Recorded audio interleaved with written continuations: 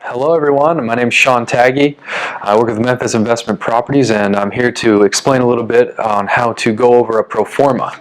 So many people, I get questions all the time on, what does debt coverage ratio mean, what's a gross yield, what does cap rate mean, and cash on cash return, and what are our typical expenses I would expect to occur as I'm owning this property.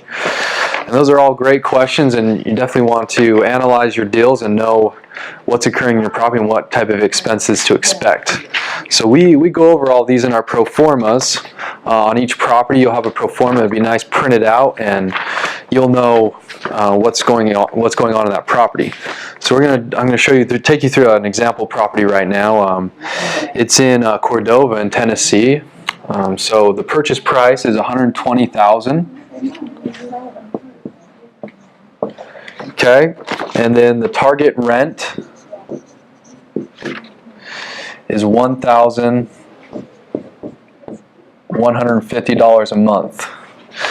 All right, so over here we'll be helping you manage that property. So we manage 1,500 rentals here, and on average our vacancy rate is 4%.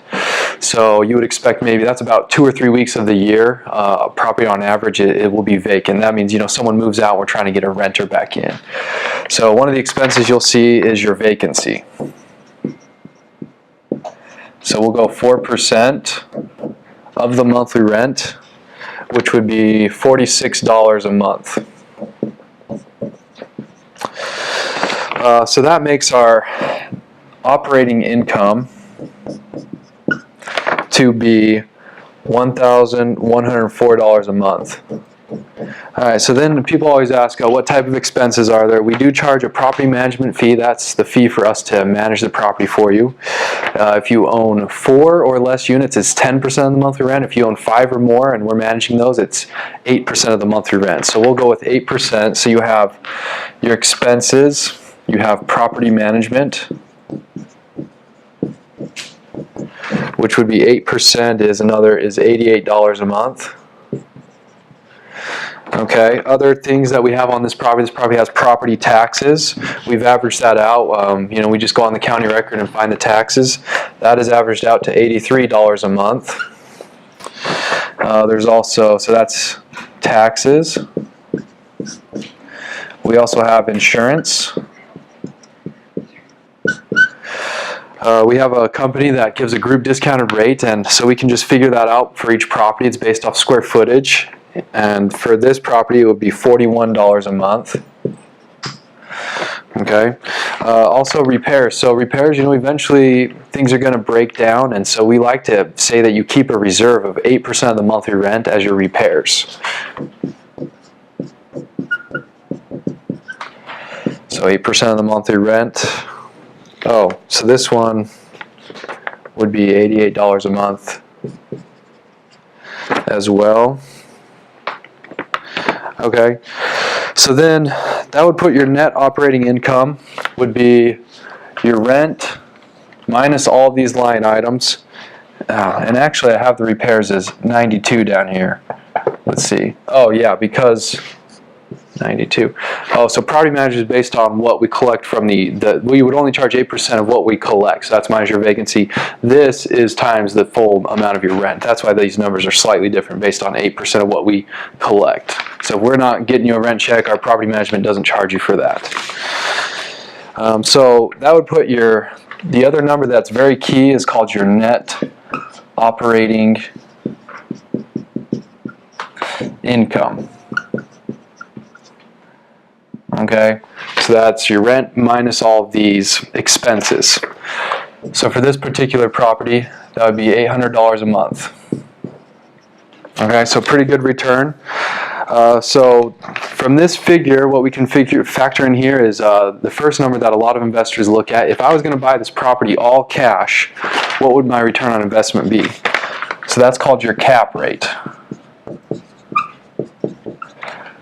So we're going to take the net operating income, all right, and we're going to annualize it, so we need to times this by 12, and then that would be divided by your purchase.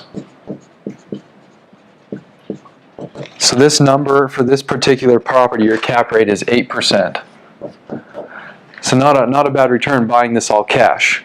Now a lot of people wonder, well, I'd like to buy maybe 5 properties and put 20% down on each one.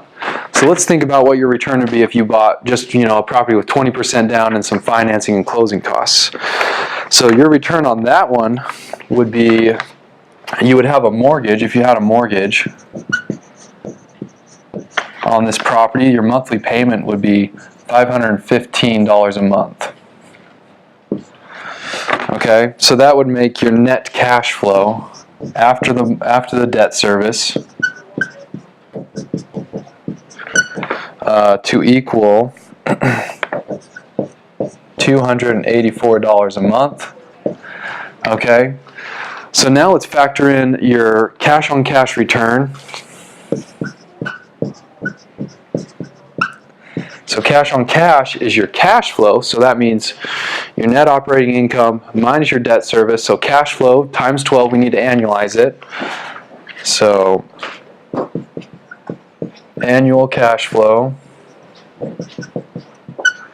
divided by your purchase price.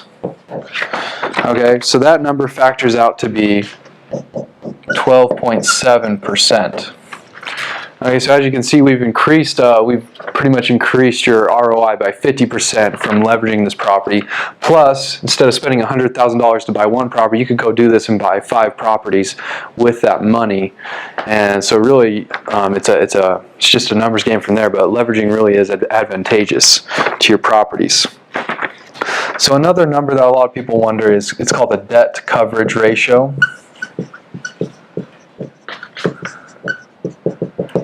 Alright, so debt coverage ratio is basically your net operating income divided by what your debt would be.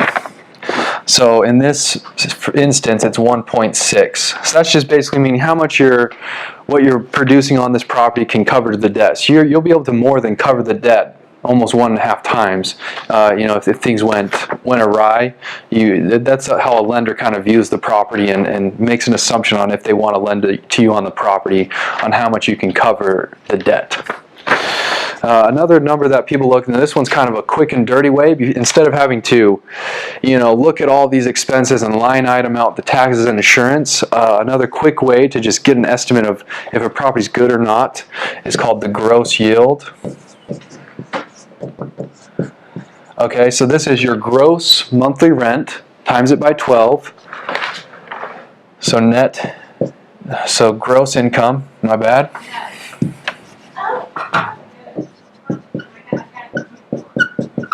Divided by the purchase. Alright, so for this property, your gross yield is 11.5. So you kind of look at that number when you just don't want to have to run everything, and line item all the expenses. So these numbers I always look at in terms of cash flow. Cash on cash and cap rate are my 2 most important numbers that I look at. And then of course, when I'm more interested in a property, I'll go down and really line item everything out and make sure it all works out. But that's basically some basic numbers, and we'll go off on some more details on how to analyze our properties for other types of returns. But for today, that's what we have. Feel free to reach out to me. My phone number is 901-500-7517. If you ever have any questions on analyzing a property or any interest in Memphis investment properties, we're here to help you. Thanks, everyone.